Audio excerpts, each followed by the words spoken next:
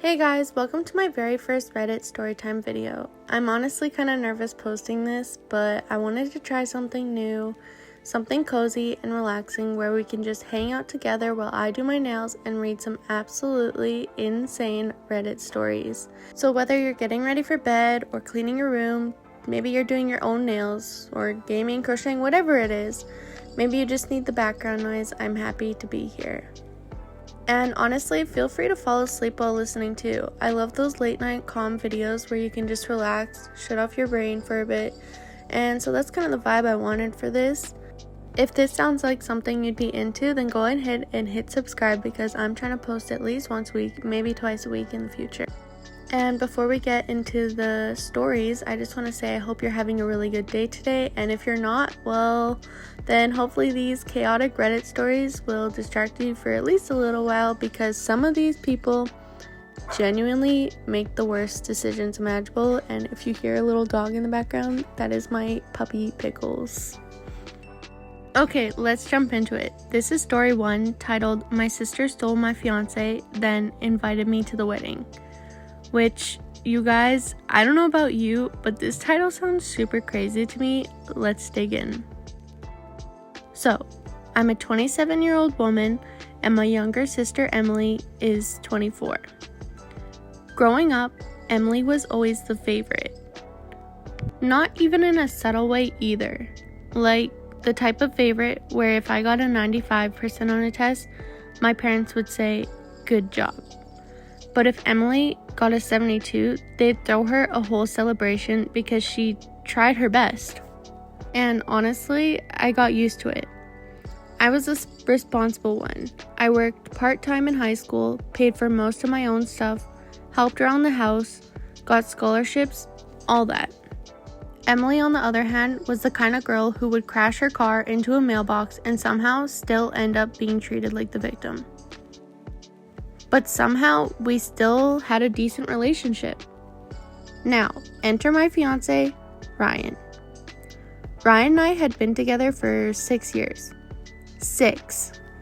We met in college, struggled through being broke together, survived moving into a tiny apartment with roaches the size of chihuahuas. Like, we built a life together. He proposed to me last summer during a camping trip, and I genuinely thought I had won at life. I started planning the wedding almost immediately. And because Emily was my sister, of course I had to ask her to be my maid of honor. That was a big mistake. At first, everything seemed normal, but then weird things started to happen. I'd catch Emily wearing Ryan's hoodie, not borrowing them when she stayed over, I mean taking them home. Then, I noticed they follow each other on literally every social media platform possible. TikTok, Snapchat, Threads, Pinterest. Who follows their future brother-in-law on Pinterest? Like, really? That's really suspicious behavior.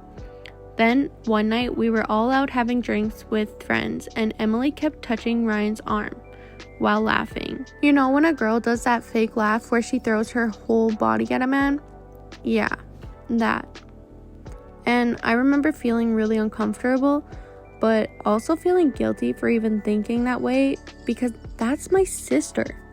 So I ignored it. That's another huge mistake.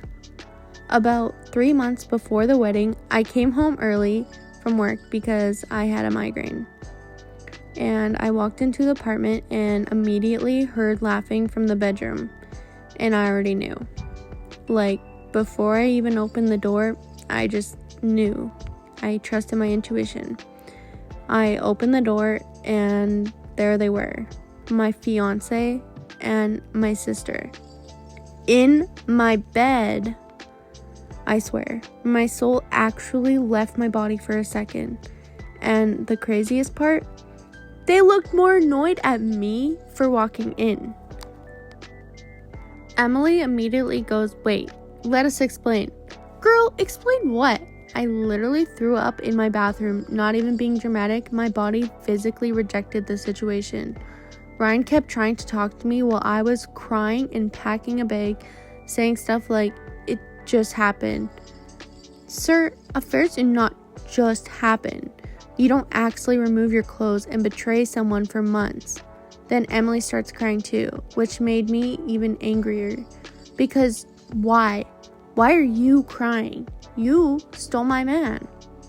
Anyways, I left and stayed with my friend for 2 weeks. During those 2 weeks, not one person in my family checked on me properly. My mom actually said, well, maybe Ryan and Emily are just more compatible. I'm sorry, what? I think that sentence chemically changed my brain. So I blocked everyone except my dad. Then, about a month later, I get a text from Emily.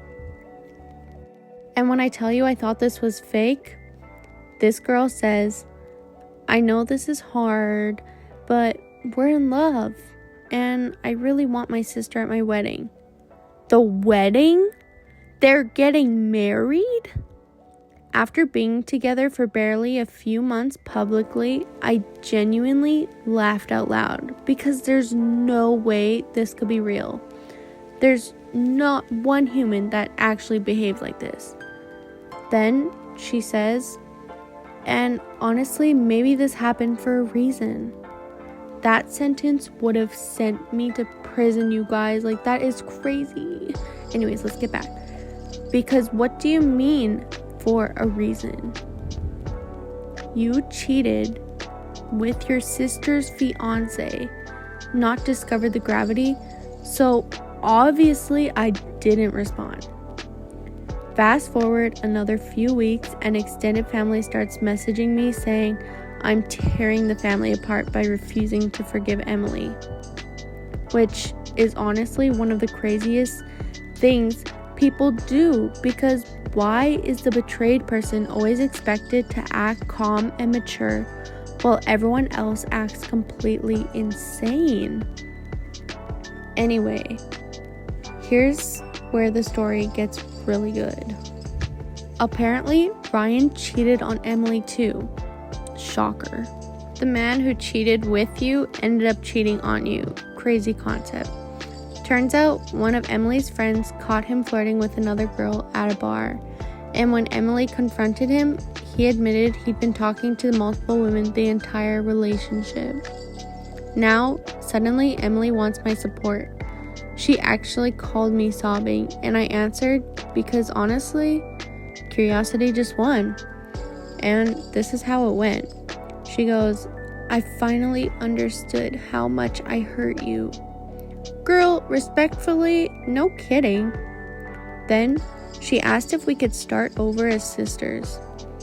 Absolutely not. Because one thing I've learned is that some betrayals permanently change how you see people. And honestly, that's okay. Not everyone deserves unlimited access to you just because they share DNA. And here's the ending though. About a year later, I met someone new. And this man is the human version of a green flag. He's kind, emotionally mature, communicates properly, and never once made me feel crazy for having trust issues after everything that happened. Meanwhile, Emily is divorced at 25, and Ryan, well, he's apparently still bouncing between relationships like a confused Sim character. So, I guess karma handled it for me, and honestly, good. Alright guys, that was story 1, and wow, that was a wild story. I generally need your thoughts because that family defending the sister made me more angry than the cheating itself. Like, I don't know, you guys. I just got married and I could not imagine that happening to me. I don't even know how I'd react. I can't even imagine it. Now, let's jump into story number 2 on the theme of fiancés. This one is titled, My Sister Stole My Fiancé, Then Tried to Become Me. My sister always had this weird thing where she didn't just want what I had, she wanted to become me. Same clothes, same perfume, even started doing her hair like mine after I posted a picture that got attention from my fiancé, Mark. At first, I thought it was harmless. I told myself she's just going through something. But then she started showing up everywhere. I was supposed to be alone. Now, let's jump into story number 2 on theme with fiancés, this one is titled, My Sister Stole My Fiancé, Then Tried to Become Me. My sister always had this weird thing where she didn't just want what I had, she wanted to become me. Same clothes, same perfume, even started doing her hair like mine after I posted a picture that got attention from my fiancé Mark. At first, I thought it was harmless. I told myself she's just going through something. But then she started showing up everywhere, places I was supposed to be alone. My gym, my coffee shop, even my apartment building lobby. Just visiting a friend. Mark said I was being paranoid. She's your sister, babe. Relax. That was the first red flag I ignored. The second was when my wedding planner emailed me, but CC'd her on accident. Her reply was, I think I'd like the blush pink theme better than the ivory. It suits me more. I froze. I confronted her that night. She laughed. Actually laughed, you guys. You always think everything is yours, she said. Mom always liked you more. Boys always looked at you first. I just fixed the imbalance. I told her she was insane. 2 weeks later, my engagement ring went missing. Mark said I probably misplaced it. My sister showed up the same day wearing the ring on a gold chain around her neck. She said it was just a necklace charm. I still didn't really connect it though. Then came the dinner, family dinner, everyone there. I walked in late from work and saw her sitting at the head of the table, at my seat where I usually sit, wearing my dress, with my fiancé sitting right beside her like it was normal. I remember laughing because my brain just couldn't process it. What the hell is this? I asked. My mom looked up and said, we were gonna tell you tonight. My sister smiled like she'd been waiting her whole life for this moment. I'm pregnant, she said. There was just a silence. Mark didn't even look at me. Then she added, and Mark and I decided it's better this way. You're always so stressed. This is healthier for everybody. That's when I noticed my hands were shaking so hard I dropped my purse. I turned to Mark. Tell me she's lying. He finally looked at me, but it wasn't guilt. It was annoyance. I didn't mean for it to happen like this, he said, but she just understands me better right now. Right now? Like I was a phase? Like 4 years didn't exist?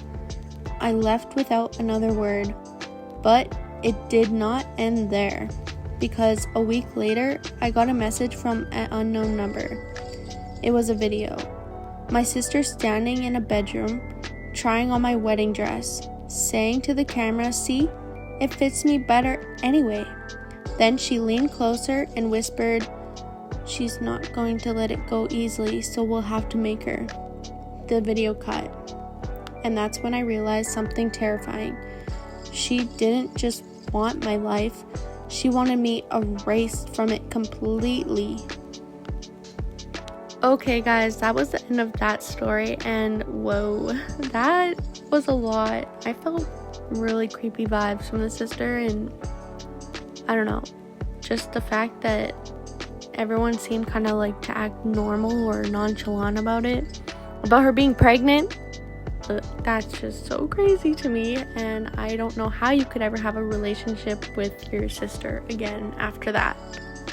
Okay, moving on. This is our third and final story of the video, and I thought we would just end off the video with another fiancé story. This one is titled, My Fiancé Didn't Want a Wife, He Wanted a Project. He started planning our wedding before I even got a ring. At first, I thought it was kind of cute, overachiever type. Spreadsheets for venues, Pinterest board already named our day with a little ring beside it, color palette locked like it was a business pitch. I said yes when he proposed. Everyone called us goals, but then it got kind of controlling. He started optimizing my choices. My dress was too distracting. My hair trial was not aligned with the theme. Even what I ordered at restaurants became a discussion about future consistency.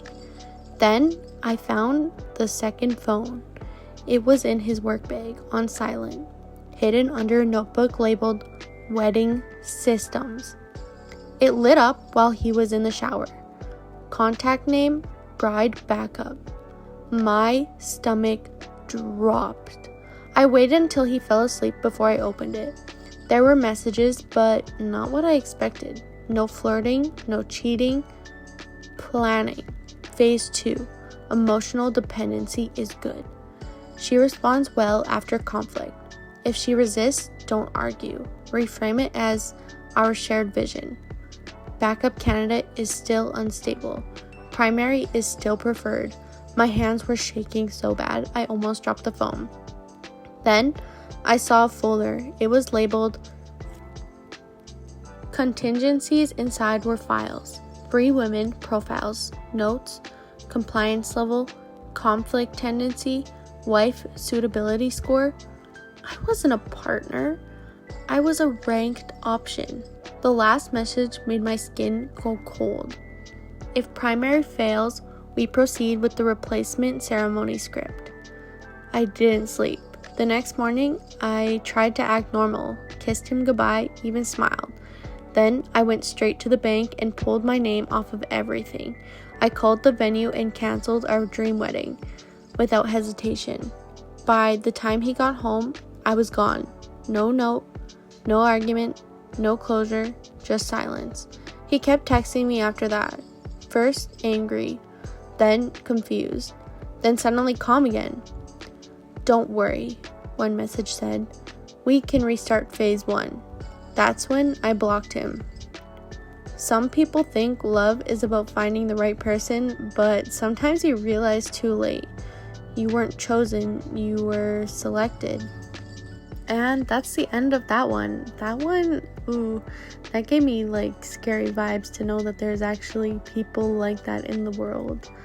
I hope no one ever has to come across that because that is wild. Anyways, that concludes our Reddit stories and my first video.